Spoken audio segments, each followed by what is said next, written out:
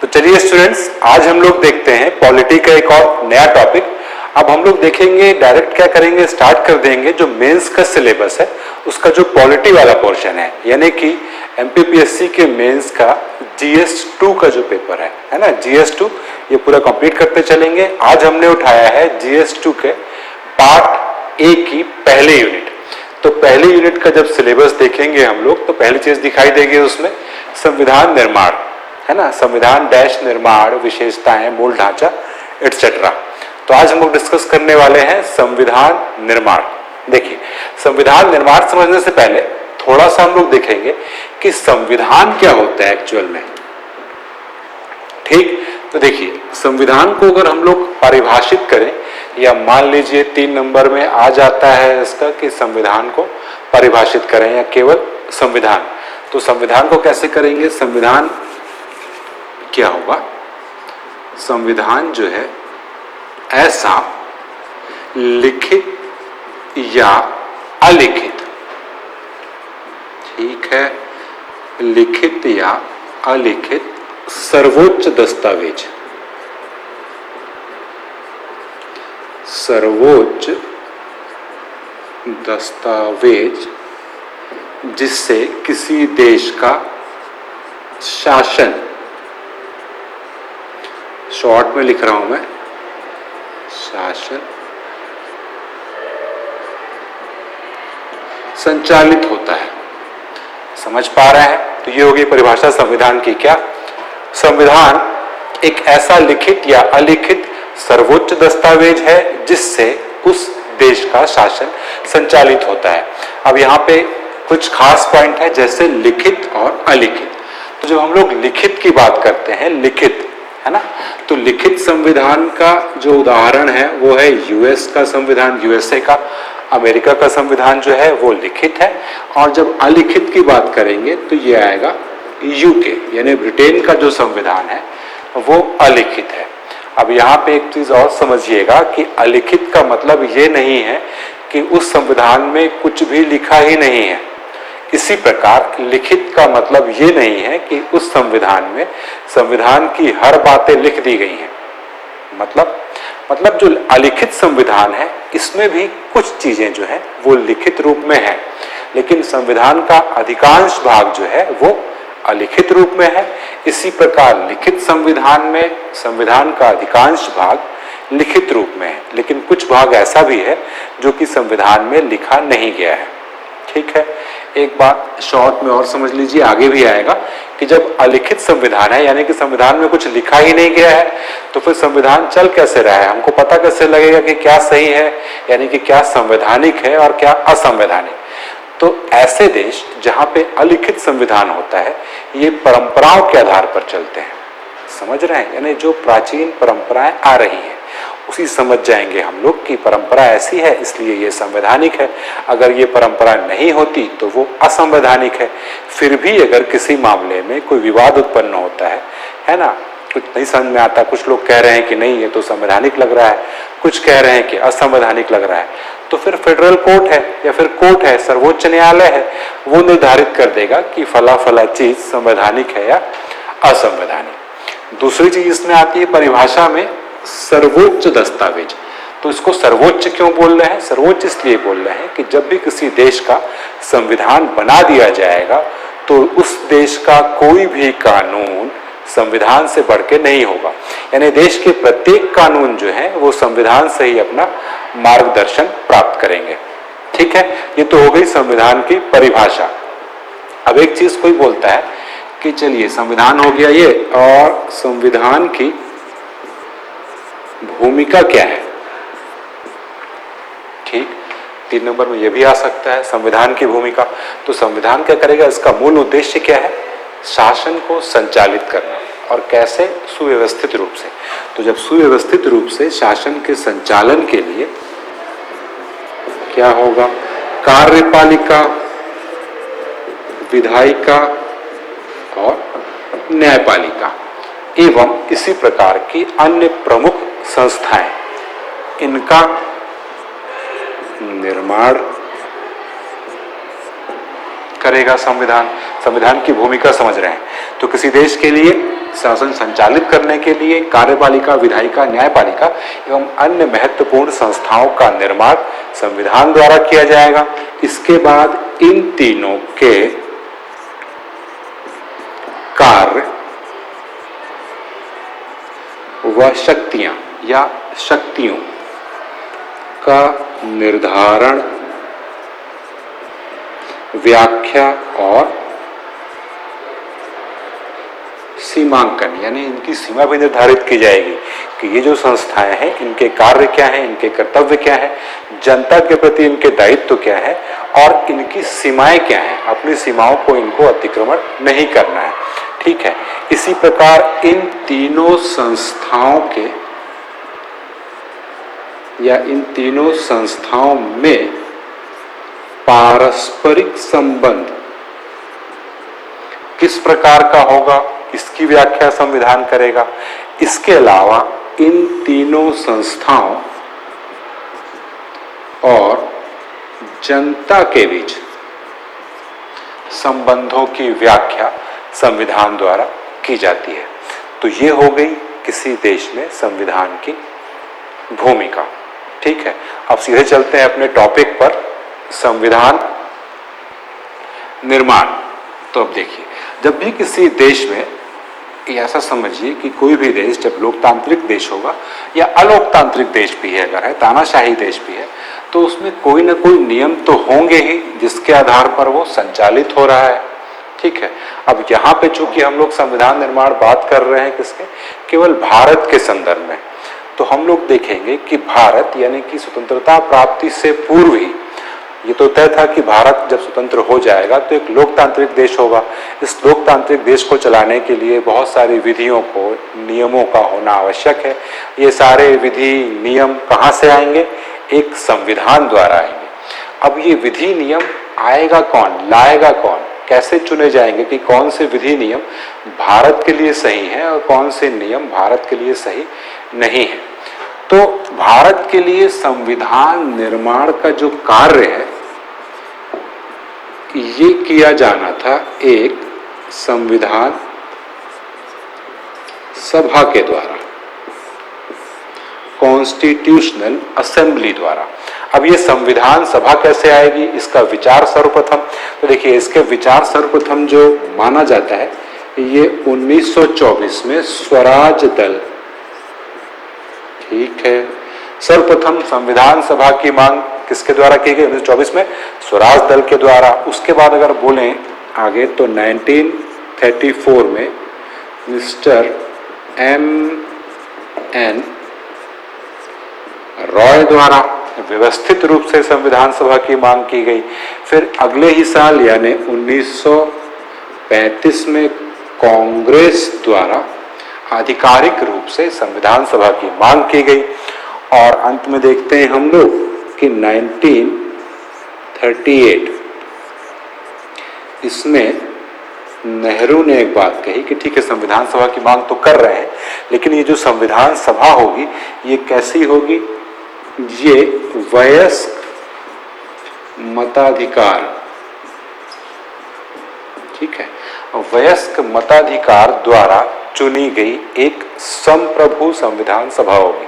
संप्रभु संविधान सभा यानी जिसपे कोई बाहरी हस्तक्षेप नहीं होगा, वो अपने निर्णय लेने में पूर्णतः स्वतंत्र होगी। ये बात रखी किसने? नेहरू ने। नेहरू की इस मांग को अंग्रेजों द्वारा मान लिया गया। कब माना गया? सबसे पहले माना गया 1940 में। इस समय अंग्रेजों ने इस मांग को मान के अगस्त प्रस्ताव प्रस्तावित किया। ये जो अगस्त प्रस्ताव अंग्रेजों द्वारा लाया गया था 1940 में, इसमें नेहरू की ये मांग यानी कि आपकी जो संविधान सभा होगी ये एक निर्वाचित सभा होगी या चुनी हुई सभा होगी, ऐसा मान लिया गया। और चूंकि मान लिया गया था तो अगला कदम अंग्रेजों को ही लेना है। इन्होंने अगला कदम उठाया और ये आया 1942 में, जब आया क्रिप्स मिशन। ठीक, अभी क्रिप्स मिशन क्या था? एक प्रतिनिधि मंडल था अंग्रेजों की तरफ से जिसको भेजा गया था, जिसका मुख्य कार्य था भारत के लिए एक संविधान सभा के गठन के लिए प्रारूप तैयार करना। ठीक है। अब ये आया, इस समय जानते होंगे आप लोग 1942 1942, इस समय द्वितीय विश्व युद्ध चल रहा था। तो क्रिप्स मिशन आया और बोला कि भैया हम आपके लिए एक संविधान सभा बढ़िया सी बना देंगे, कोई उसमें समस्या नहीं है, लेकिन द्वितीय विश्व युद्ध तो हो जाने दो, उसके बाद एक प्रतिनिधि मूलक संविधान सभा भारत के लिए बना दी जाएगी। प्रतिनिधि मूलक यानी कि विभिन्न क्षेत्रों से भारत के जो प्रतिनिधि हैं, भारतीय प्रतिनिधि, वो सभी आएंगे और इस संविधान सभा में शामिल होंगे और ये सभा भारत देश के लिए एक संविधान का निर्माण करेगी। इसको यानी क्रिप्स मिशन को मुस्लिम लीग ने सिरे से खारिज कर दिया।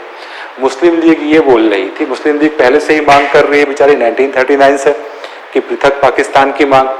अब यहाँ पे जो क्रिप्स मिशन आया, इसने ये बात की कि हम एक संविधान सभा बना देंगे जो भारत के लिए एक संविधान सभा बनाएगा।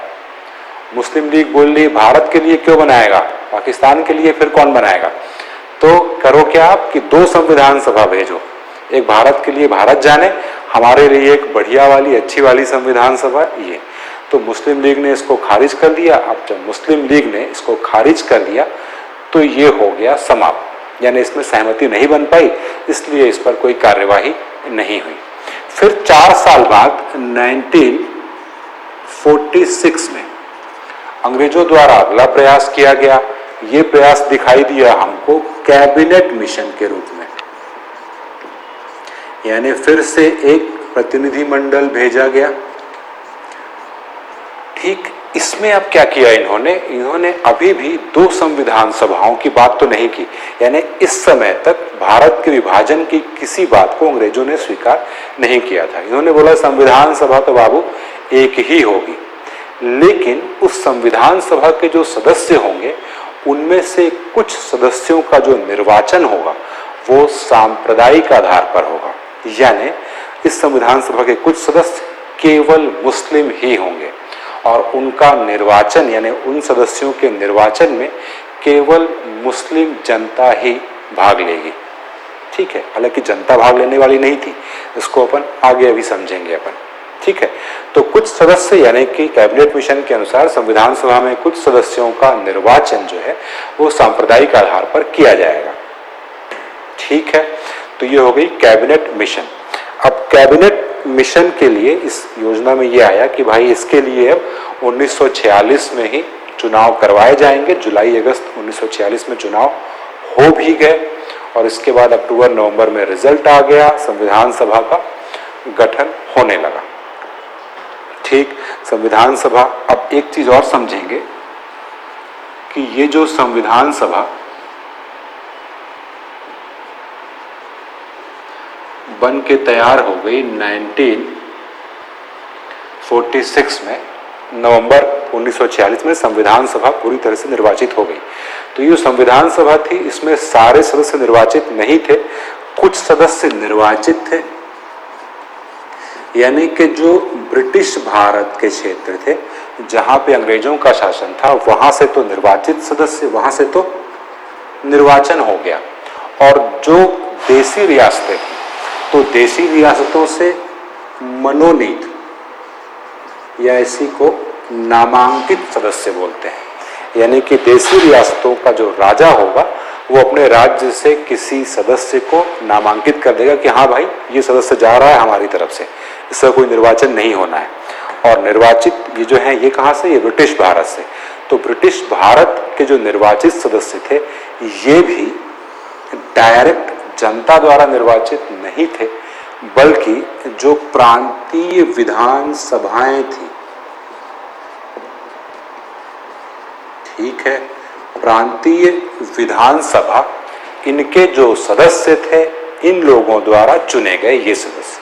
इस प्रकार संविधान सभा आंशिक निर्वाचित व आंशिक नामांकित या मनोनीत सभा थी। इन सदस्यों का निर्वाचन, जिनका निर्वाचन हुआ है वो किसके द्वारा हुआ, वो प्रांतीय विधानसभाओं द्वारा। चूंकि जनता ने भाग नहीं लिया है इसलिए इसको प्रत्यक्ष निर्वाचन नहीं बोला जाता है, अप्रत्यक्ष निर्वाचन बोला जाता है। ठीक है, तो ये कैसे निर्वाचित हुई थी, अप्रत्यक्ष निर्वाचन हुआ था और नामांकित या मनोनीत थी। और संविधान सभा की जो निर्वाचित जो थी, बताया मैंने आपको कि सांप्रदायिक आधार पर होगा, तो ये आधार भी 3 भागों में बांट दिए गए थे, मुस्लिम, सिख और सामान्य में। ठीक है, तो चलिए प्रीलिम्स की बात हो रही है, कुल मिलाकर थोड़ा बहुत फैक्ट मैंने बता दिया। तो इस प्रकार से संविधान सभा का निर्माण हो गया।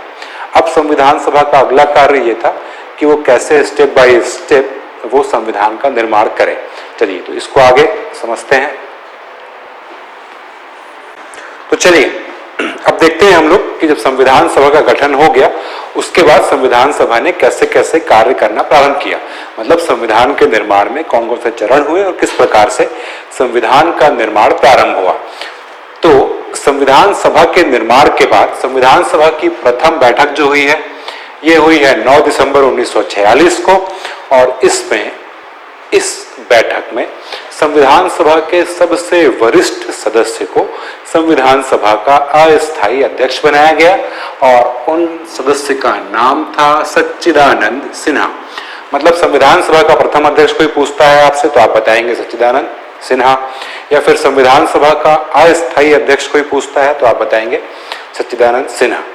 इसके 2 दिन बाद यानी कि 11 दिसंबर 1946 को संविधान सभा की अगली बैठक हुई जिसमें संविधान सभा के स्थायी अध्यक्ष डॉक्टर राजेंद्र प्रसाद को चुना गया और उपाध्यक्ष संविधान सभा के उपाध्यक्ष H.C. मुखर्जी को चुना गया और संविधान सभा के सलाहकार या वैधानिक सलाहकार चुना गया B.N. राव। याद रखिएगा B.N. राव। अब संविधान का निर्माण करना था तो संविधान के निर्माण के लिए इस संविधान सभा में से बहुत सी छोटी और बड़ी समितियां गठित कर दी गई और इन समितियों को विभिन्न कार्य क्षेत्र सौंप दिए गए। इन कार्य क्षेत्रों में इन समितियों को विचार करना था और फिर संविधान की रूपरेखा तैयार करनी थी। इनमें से कुछ प्रमुख समितियों की हम लोग बात कर लेते हैं। तो इधर मैंने लिख दिया है समिति और इधर है अध्यक्ष। जब भी बात आएगी संघ, ठीक, संघ शक्ति समिति अध्यक्ष जवाहरलाल नेहरू, संघीय संविधान समिति अध्यक्ष जवाहरलाल नेहरू। फिर अगली प्रांतीय संविधान समिति के सरदार पटेल हैं। उसके बाद प्रारूप समिति, ये संविधान की जितनी भी समितियां थी सबसे इंपॉर्टेंट समिति प्रारूप समिति, इंग्लिश में इसको बोलते हैं ड्राफ्टिंग कमेटी।